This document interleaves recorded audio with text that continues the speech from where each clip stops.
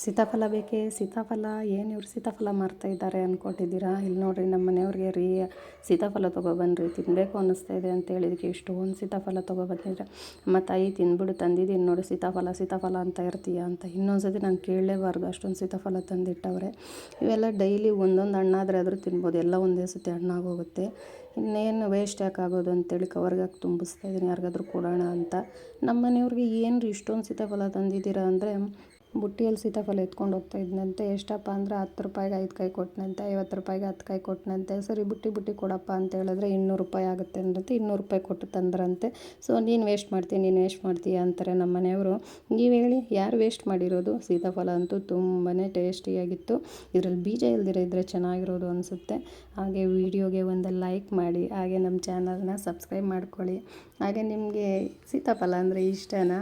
ಒಂದು ಕಮೆಂಟ್ ಮಾಡಿ ಹೇಳಿ. Thank you, bye bye.